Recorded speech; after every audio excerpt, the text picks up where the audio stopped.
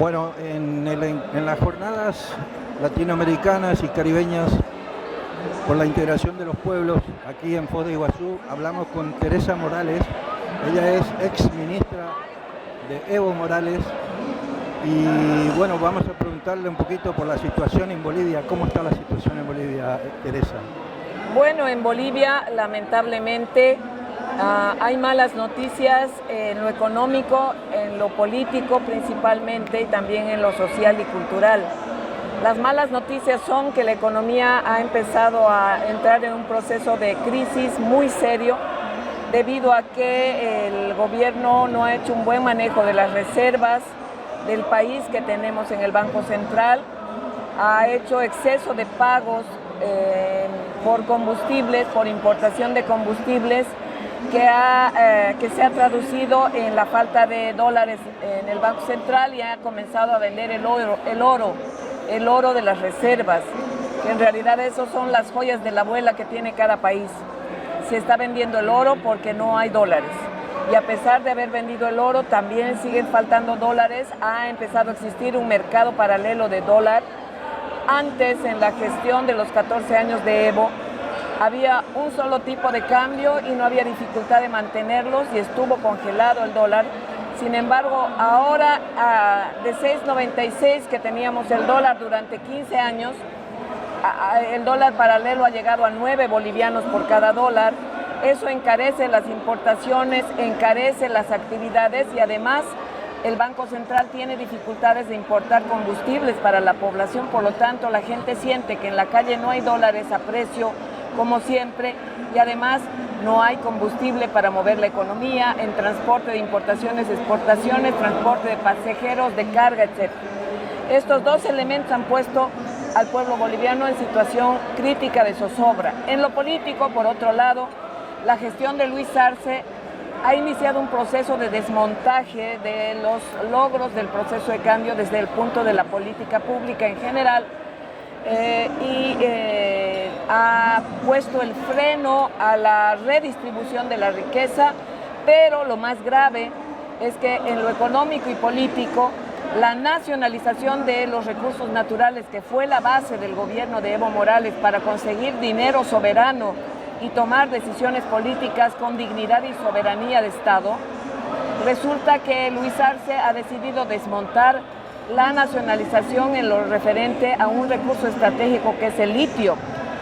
A pesar que la Constitución manda que los contratos referidos a recursos naturales deben ser debatidos en la Asamblea, Luis Arce ha firmado ya 6 contratos secretos, que ni siquiera los conoce el Parlamento, la Asamblea Legislativa, porque dicen que son secretos y que no pueden compartir. Todos los países tienen un Parlamento que también puede instalar sesiones reservadas, pero Luis Arce se ha negado a ni siquiera difundir con sus propios partidarios el contenido de esos contratos, y Evo Morales ha denunciado que esos contratos han sido negociados muy probablemente por el hijo de Luis Arce, Luis Marcelo Arce Mosqueira, que se lo escucha en varios audios, con audios peritados, que está negociando temas de litio con las empresas multinacionales con las cuales se ha firmado contratos. Es gravísimo que el hijo del presidente haya participado y haya negociado contratos de litio que hoy son secretos y el pueblo ni el Parlamento los conoce. ¿Él tiene un cargo público?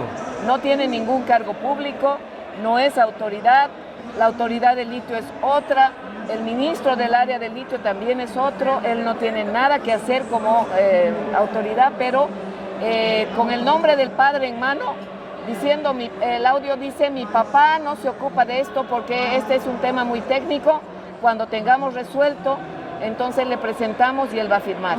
Eso dice el audio del propio hijo de Luis Arce.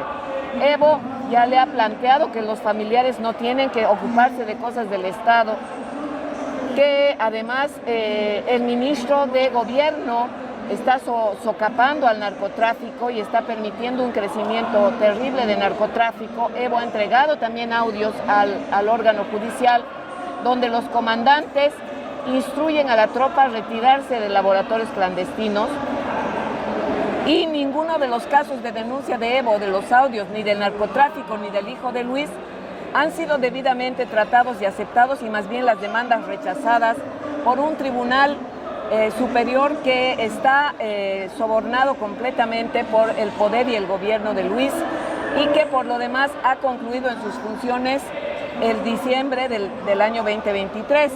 ¿Qué pasa con el Parlamento, Teresa? ¿Qué pasa con la Constitución boliviana y con la institucionalidad? ¿Qué pasa? Está en crisis la institucionalidad porque el gobierno de Luis y el vicepresidente del gobierno, que además es presidente de la Asamblea, han bloqueado la posibilidad que manda la Constitución de que los magistrados de los tribunales superiores nacionales sean electos por el voto del pueblo. Nadie puede poner a los magistrados si no es el voto del pueblo, del soberano.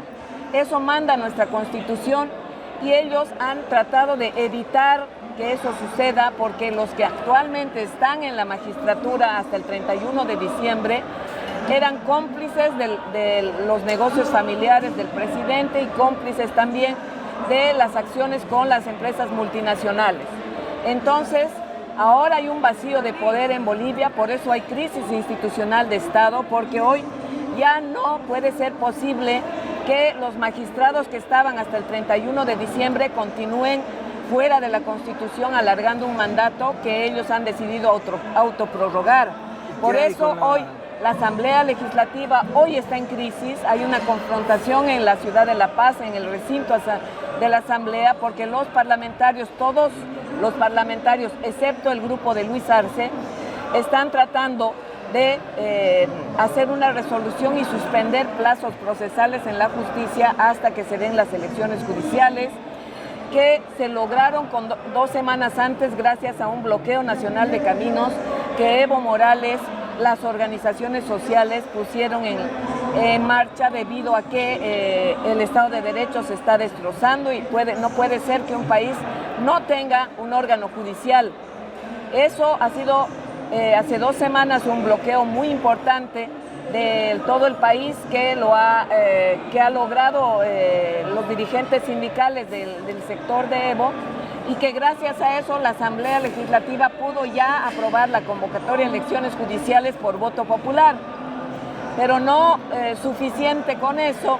Además, los parlamentarios de Luis Arce están haciendo hoy el último intento de evitar que los 3 meses que nos quedan para elección judicial, estos magistrados se autoprorroguen con propia resolución de ellos, cuando la Constitución les prohíbe seguir adelante después del 31 de diciembre. Entonces, la situación ahora en el Parlamento, hay división, pero ahora todas las fuerzas políticas, todas, de centro, de derecha, de izquierda, de todo lado, están en contra del gobierno porque efectivamente está destrozando el Estado de Derecho. En Bolivia, todo el país, colegios de profesionales, estudiantes, periodistas, abogados célebres y todo, están claros de que hay que cesar a los actuales magistrados y esperar que vengan los nuevos electos por voto. Pero el único de todos ellos que puede paralizar el país y lograr que se escuche a este país es Evo Morales y las organizaciones sociales, el MAS y PCP. ¿Y qué está pasando con la posibilidad de una nueva candidatura de Evo? Evo Morales hasta el día de hoy está totalmente habilitado. El MAS ha hecho un congreso en Laucaeñe y se ha definido que él va a ser nuestro candidato para el 2025, que son las elecciones generales. Entonces, Evo está listo y va a ser nuestro candidato para el 2025 para recuperar el país y el proceso de cambio y las reformas que se hicieron durante 14 años. Necesitamos que el país sea rescatado de las manos de quienes están desmontando el proceso de cambio. Bueno, Teresa, muy completo tu descripción de la situación en Bolivia.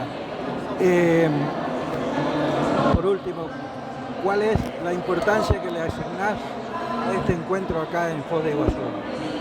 La integración entre los pueblos de América Latina y el Caribe es un elemento central que va a permitir que todos quienes estamos, todas y todos que estamos en la lucha de todos estos países, podamos fortalecer y reconfortarnos y lograr objetivos comunes. El discurso de hoy de Francia Márquez ha sido muy elocuente. No tenemos que pedirle permiso al norte para unir los pueblos del sur y tomar nuestras propias decisiones, montar nuestra integración entre países, integrar nuestra cultura, nuestro comercio, etcétera, y hacer un frente común. Y ella nos ha puesto como ejemplo la Confederación Africana, que sí toma decisiones conjuntas, que ha hecho una región económica conjunta y que en realidad toma decisiones con mucha más consistencia porque están más unidos los africanos que los latinoamericanos. Y esa es la lección que hoy día nos hemos podido compartir entre todos. Tenemos que seguir la ruta de la Asamblea de Países Africanos y que tenemos que tener una unidad férrea en torno a defendernos como región de la invasión ideológica, política, incluso económica del imperio norteamericano y de cualquier imperio.